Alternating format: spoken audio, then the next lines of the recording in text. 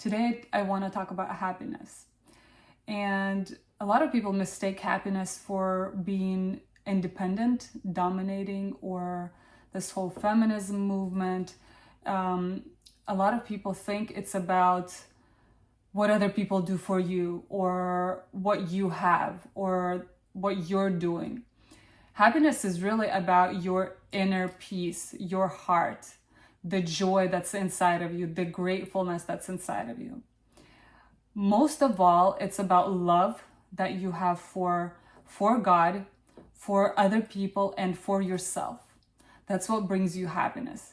It's not about what you look like. It's not about how much money you have or how your husband treats you. And there's cases for different scenarios in that. But in the midst of everything, all life situations, anything that you're going through, it's about that inside inner peace that just kind of is supernatural from God, based on God's love and based on love that's for ourselves and for others, and what comes out from that. It doesn't matter if you are having a lot of money, if you are doing something. Yes, it helps when all those factors, they help. If a husband is nice to you, if you have a lot of money, if you are doing what you enjoy, if it's a hobby or a job, if you found your calling and you're moving in that. It's all of that, but all of that comes after your inside, your inner self, your heart. Everything flows from your heart. And a lot of times it's a process. It's not something you just click into. It's not something that you all of a sudden hear about and then you're like, I want to have that, and then you have that. No, it usually is a journey. It takes a little bit of work and time, decisions, and it requires a commitment to sticking with it. You want to start thinking positive. You want to start working on yourself. Start praying and asking God for help. That's where happiness comes from.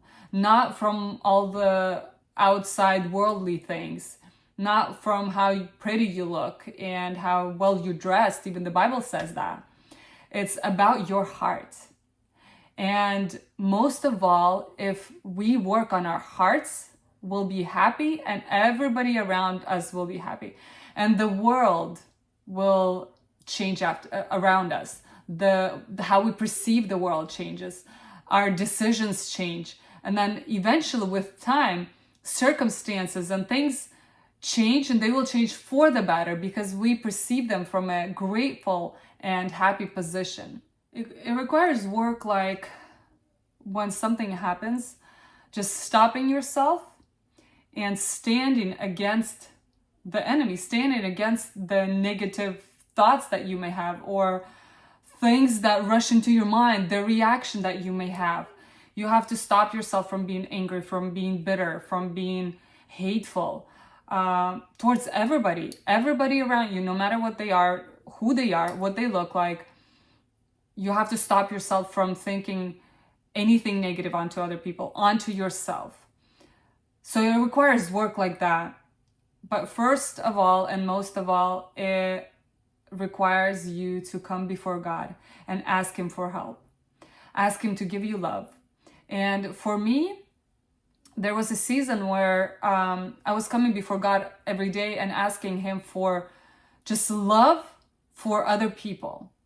That I would not be judgmental, that I would not have this inner reaction that nobody sees towards certain behavior in people. And nobody may know this, but it's a process that you constantly have to think about, pray about, and stop yourself in reacting a certain way and thinking certain things.